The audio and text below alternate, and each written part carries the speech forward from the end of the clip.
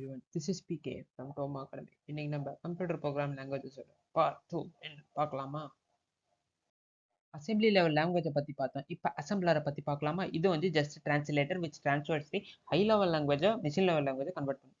இது வந்து என்ன பண்ணுது? இந்த அசெம்பிளி லாங்குவேஜ் டேட்டா வந்து எங்கே ஸ்டோராக இருக்கும்? ரெஜிஸ்டரில் ஸ்டோர் இருக்கும். ஈச் கம்ப்யூட்டர் வந்து என்னது ஒவ்வொரு செட் ஆஃப் ரெஜிஸ்டர்ஸ் வச்சிருக்கும். ஏன்னா வந்து அந்த அசெம்பிளி லெவல் ப்ரோக்ராம் வந்து போர்ட்டபிள் கிடையாது. அதனால என்ன பண்ணுது? லோவர் லெவல் லாங்குவேஜஸ் வந்து என்னது ஹார்ட்வேரோட ரிலேட் ஆயிருக்கிறதுனால இது வந்து போர்ட்டபிள் இல்லைன்னு சொல்கிறோம். அதனால இது வந்து டிஃப்ரெண்ட் செட் ஆஃப் ரெஜிஸ்டர்ஸ் வச்சிருக்கு. அந்த டேட்டா வந்து ஒவ்வொன்றும் தனித்தனியாக ஸ்டோராக இருக்கும். ஸோ இது வந்து இதுக்கு நடுவில் வேலை செய்யறது அந்த வந்து அசம்பிளர்னு சொல்கிறாங்க. ஸோ அடுத்து என்னன்னு பார்ப்போமா? ஃபர்ஸ்ட்டு அசம்பிளி லாங்குவேஜை பார்த்தோம், அடுத்து மெஷின் லெவல் லாங்குவேஜை பார்த்தோம், அடுத்து அசம்பிளரை பார்த்தோம். இப்போ ஹை லெவல் லாங்குவேஜ்னா என்னன்னு பார்ப்போம். இந்த ஹை லெவல் லாங்குவேஜ் என்னது? ஒரு இங்கிலீஷ் மாதிரி ஒரு லாங்குவேஜ். இது வந்து ரொம்ப easy to understand compared to machine level language and low level language. So these languages வந்து machine independent. இது வந்து என்ன பண்ணுது? ஹை லெவல் லாங்குவேஜ் பெர்ஃபார்ம் பண்ணும்போது ப்ரோக்ராம்ஸ் வந்து எந்த ஒரு லோ லெவல் லாங்குவேஜையும் கன்சர்ன் பண்ணாம அது என்ன பண்ணும்? அது லாஜிக் ஆஃப் தி ப்ரோக்ராமை மட்டும் கன்சிடர் பண்ணி இந்த ஒரு விஷயத்த நமக்கு கொடுக்கும் அப்படின்னு தான். இதனால தான் இதுக்கு பேர் ஹை லெவல் லாங்குவேஜ். இதனால தான் இதை மிஷின் இண்டிபெண்டன்ட் லாங்குவேஜ் அப்படிங்கிறத நம்ம சொல்லியிருக்காங்க. ஸோ அடுத்து என்னன்னு பார்ப்போம்.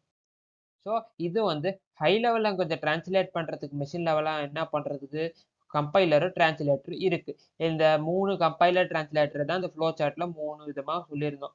ஸோ எவ்ரி ப்ரோக்ராமிங் லாங்குவேஜ் வந்து ஒவ்வொரு ஸ்பெசிஃபிக் கம்பைலரும் டிரான்ஸ்லேட்டர் இருக்கும். அதாவது ஹை லெவல் லாங்குவேஜ் வந்து ஃபார்ட்ரான், கோபால், பாசிக், பாஸ்கல், சி++, ஜாவா, பிபி அப்படின்னு தனித்தனியான ஹை லெவல் லாங்குவேஜ் வந்து தனித்தனியான கம்பைலர் அண்ட் டிரான்ஸ்லேட்டர் வச்சிருக்கும். ஸோ அதனால இது வந்து திரும்ப மெஷின் இண்டிபெண்ட் லாங்குவேஜ். இது எந்த ஒரு லெவல் லாங்குவேஜை கன்சிடர் பண்ணாது. அது வந்து லாஜிக் ஆஃப் ப்ரோக்ராமை பார்த்துட்டு அது என்ன பண்ணணுமோ அது பண்ணிட்டு போயிடும். ஸோ அடுத்து என்னன்னு பார்ப்போம். இப்போ இந்த டிரான்ஸ்லேட்டர் என்னங்கிறத பார்ப்போமா? டிரான்ஸ்லேட்டர் அப்படின்னா ஒரு விஷயத்தை இன்னொரு விஷயமா கன்வெர்ட் பண்ணி அதை வந்து இன்னொருத்தவங்களுக்கு புரிய வைக்கிறது தான். அதே மாதிரி தான் ஒரு கம்ப்யூட்டருக்கு ஜீரோஸ் அண்ட் ஒன்ஸ் இது 2 மட்டும் தான் தெரியும். இதை வச்சு தான் அது வந்து எப்படி என்னென்ன வேலை பார்க்கணுங்கிறதெல்லாமே அதை வச்சு தான் பண்ணிட்டு இருக்கோம். இப்போ இந்த கோடு நம்ம எழுதணும் அப்படின்னா அது வந்து ஆல்பபெட்ஸ் இருக்கும். அது எப்படி அந்த கம்ப்யூட்டருக்கு புரியும்? ஸோ அதுக்கு தான் இந்த டிரான்ஸ்லேட்டர் யூஸ் ஆகுது. ஒரு லோ லெவல் லாங்குவேஜோ இல்லை ஹை லெவல் லாங்குவேஜோ நம்ம கொடுத்தோம் அப்படின்னா அதை ஒரு மெஷின் லெவல் லாங்குவேஜை கன்வெர்ட் பண்ணுறதுக்கு மட்டும்தான் இந்த ஒரு டிரான்ஸ்லேட்டர் யூஸ் ஆகுது. இதுதான் வந்து main purpose of the translator. அதோட டைப்ஸ் தான் நம்ம ஃப்ளோ சார்ட்ல முன்னாடியே பார்த்தோம்.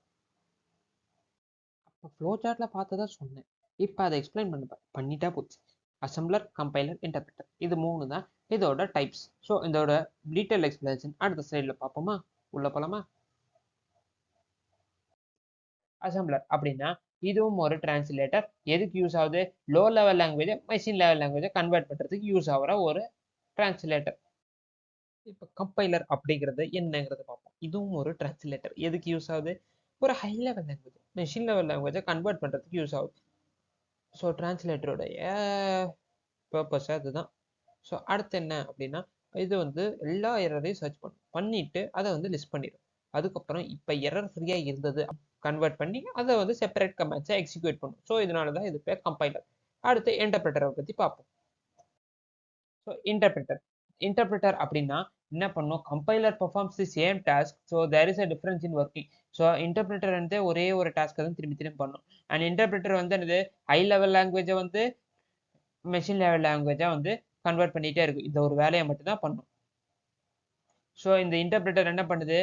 Errors of program statement by statement, அதாவது ஒரு ஸ்டேட்மெண்ட்டை கொடுத்துருந்தா அதை லைன் பை லைனாக செக் பண்ணி எரர் இருக்கான்னு செக் பண்ணதுக்கு அப்புறம் தான் வந்து மெஷின் கோடாக கன்வெர்ட் பண்ணி அதை எக்ஸிக்யூட் பண்ணும். ஸோ இந்த போன தடவை மாதிரி இந்த கம்பைலர், அசம்பிளர் அதெல்லாம் வந்து டைரெக்டாக இந்த செக்கிங்லாம் பண்ணாமல் டைரெக்டாக எக்ஸிக்யூட் பண்ணிடும். பட் இது லைன் பை லைனாக செக் பண்ணும். ஸோ அதனால தான் வந்து இதுக்கும் அதுக்கும் வந்து ஒரு டிஃப்ரென்ஸ் இன் ஒர்க்கிங். இந்த ப்ராசஸ் வந்து ஒரு கோடோட லாஸ்ட் லைன் வரைக்கும் கண்டினியூ ஆகும். ஒரு எரர் ஏதாவது இருந்தாலும் அதை டிடெக்ட் பண்ணி காட்டும். தேங்க்யூ ஃபார் வாட்சிங். To please like, share and subscribe to Tom Academy channel. This is PK signing off from you. Goodbye, good night and cheers.